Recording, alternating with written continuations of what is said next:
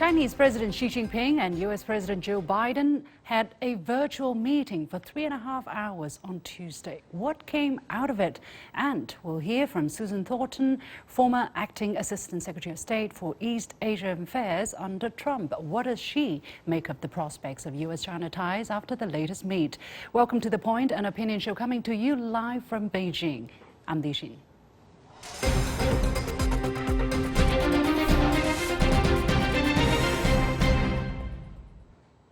In an over 3-hour meeting on Tuesday, Chinese President Xi Jinping and his U.S. counterpart Joe Biden stressed the importance of steering bilateral ties back on the right track. President Xi called for constructive measures to manage differences and sensitive issues to avoid bilateral ties derailing. What common ground have the two sides found? What measures will both sides take to bring bilateral relations back on track? And will there be more talks between senior officials from both sides in the near future? I'm pleased to be joined from Beijing by Huang Jing, University Professor and Dean of the Institute of International and Regional Studies at Beijing Language and Culture University, and from Boston, Massachusetts, U.S., I'm joined by Professor Robert Ross of the Department of Political Science at Boston College. The warmest welcome to all of you. Let me go to Professor Huang here first. Now, President Xi highlighted 3 principles for China and the U.S. to get along in the new era, including mutual respect, peaceful coexistence, and win-win cooperation. What did Xi's remarks indicate about China's U.S. policy? Of course, from China's point of view, and it's a very bad thing for 2 major powers, greatest powers on earth, of course, to get into conflict. And China will always want the cooperation and want to kind of avoid the so-called conflict. And China even did not accept the term competition to define the bilateral relationship. I think China's desires are very genuine, because it's really a disaster for all of us, including the United States, to get into a conflict. So I think that President Xi Jinping not only expressed his desire and his hope, but also gave a kind of a roadmap to how the 2 countries can get along with each other. Of course, first and foremost is to manage this very intense relationship so that we'll not get into a kind of disastrous conflict by miscalculation or misconception. Professor Ross, China called the meeting candid, in-depth, constructive, and fruitful, and President Xi put forward 4 priority areas for growing bilateral ties, which include shouldering responsibility as major countries, move forward exchanges at all levels and in all areas, managing differences constructively, and strengthen coordination to provide more global public goods. Do you think these messages will echo with the Biden administration?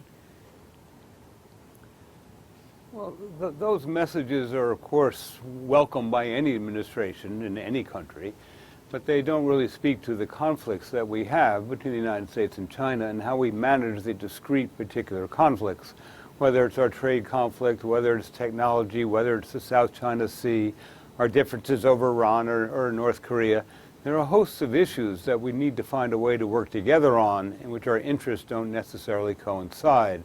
Now, this has been a very difficult 10 months for the 2 countries. The new Biden administration came in with a fairly tough hand, and now we're trying to find a way to create a new atmosphere in which lower-level officials might begin dialogues and ultimately perhaps cooperation on these issues, but it won't happen overnight. We're just starting to create a better atmosphere for such cooperation. Professor Huang, what do you make of the 4 priority areas, and why does the Chinese leader, or does the Chinese leadership believe these areas are important in order to steer bilateral relations on the right direction? Because Chinese leaders and as well as the general public believe that's the key issues that really is troublesome between United States and China. So that, of course, I agree with Professor Ross just said, although China gave a kind of clear message or expression about what China really wants, what China thinks are priorities, but that may not, get into years because the 2 sides seems to talk across each other. The problem here is that I think the most formidable challenges for both leaders, President Xi Jinping and President Biden, has come from within, from their own country, especially President Biden. I think that the uncertainty of U.S. politics, I think, is major problems, abstract the bilateral relationship moving into the right direction. Just like Professor Bob Ross said, the internal politics in the United States really gave President Biden and his team a tough time in handling not just U.S.-China's relationship, but in handling all the foreign policies in the past 10 months.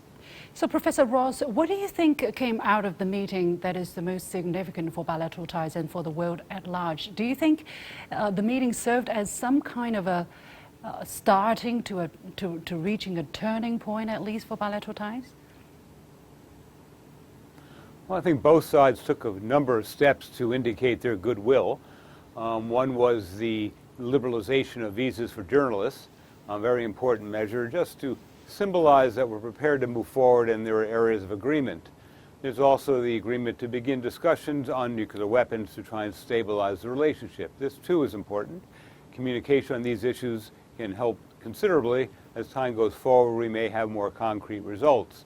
So what we're seeing is the two leaders are signaling their diplomats, their policymakers, that we want to find areas that we can agree on, that we can cooperate on. And simultaneously, for the Biden administration, they've made this very clear. They are prepared to compete very strongly while also looking for areas of cooperation.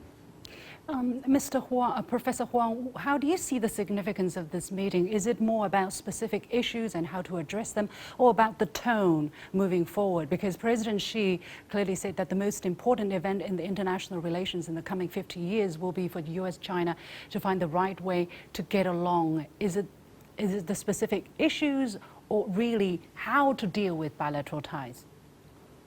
I think the virtual summit itself sent out a very positive message to both countries and to the whole world, because after all, the U.S.-China relationship is not in a very good shape. It's very tense.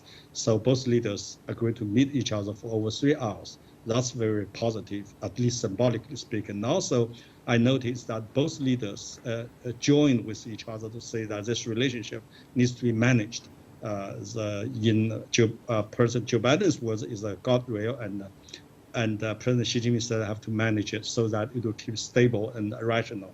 And the third point I take is that both sides believe that continuous discussion and dialogue, communication like this, at all levels of administration would be necessary.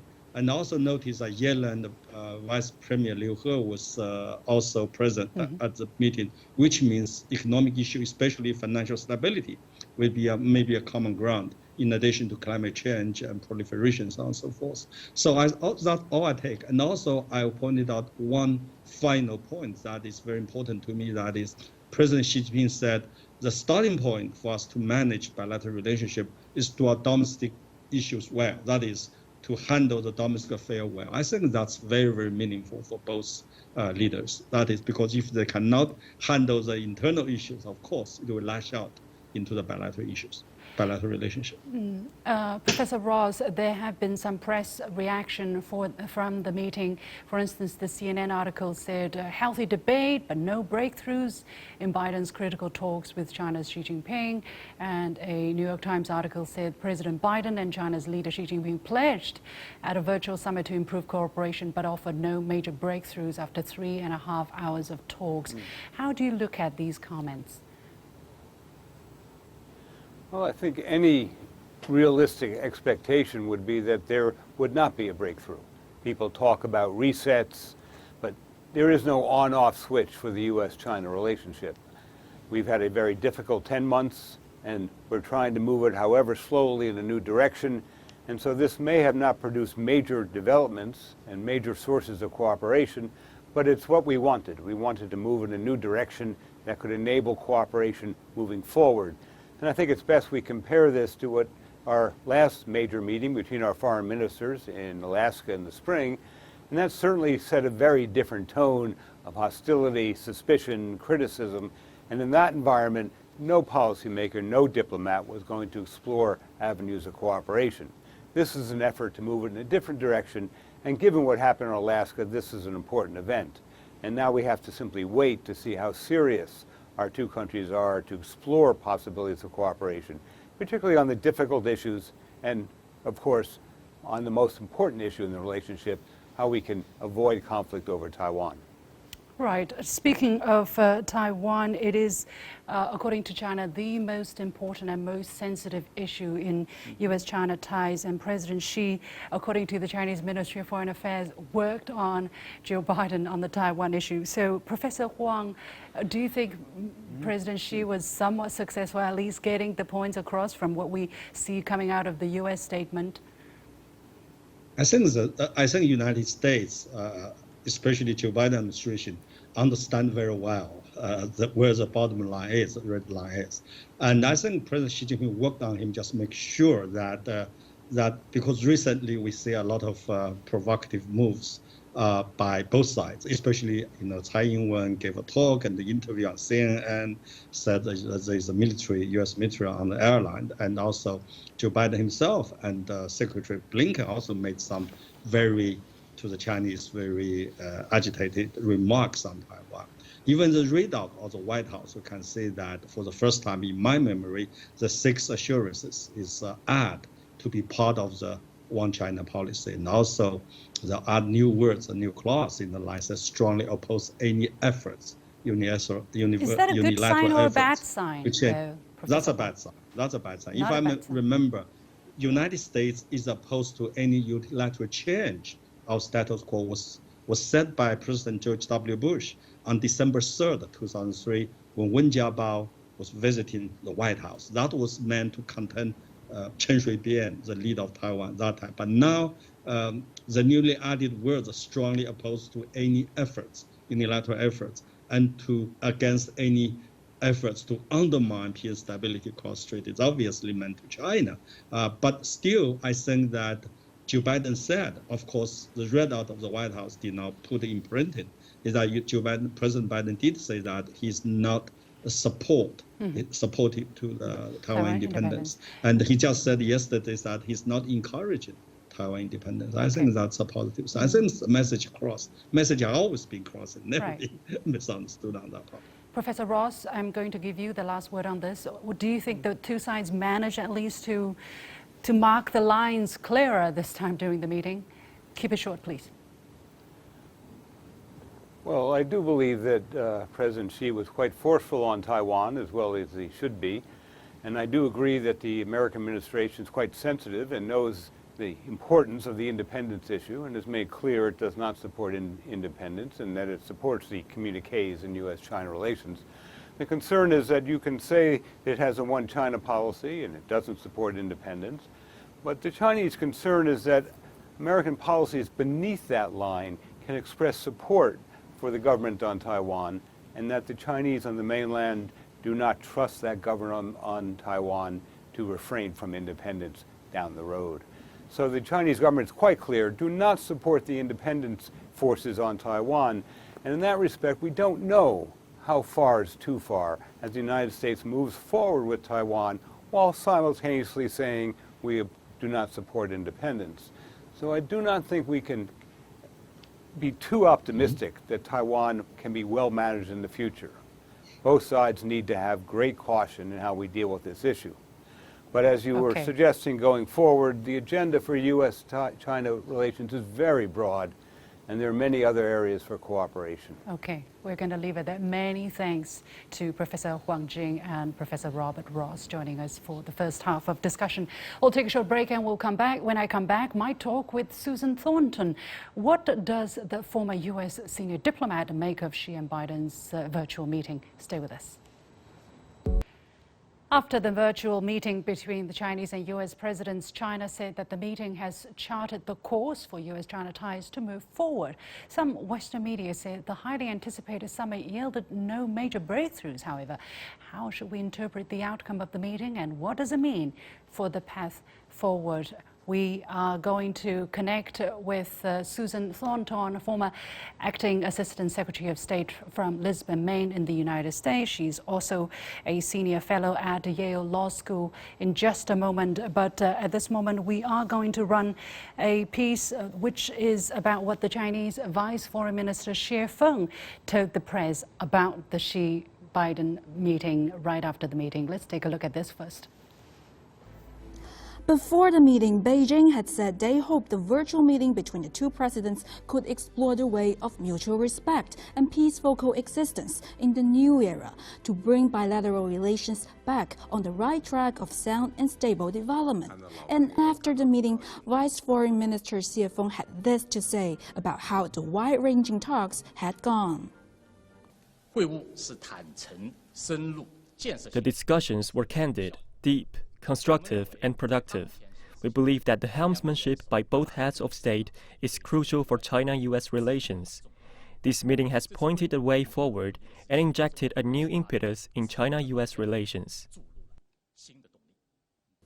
The two presidents had only spoken twice by phone this year. Xie said that in the 3-hour-plus meeting, China wanted the following heard.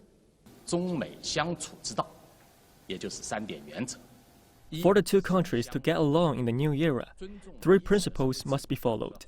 First, mutual respect.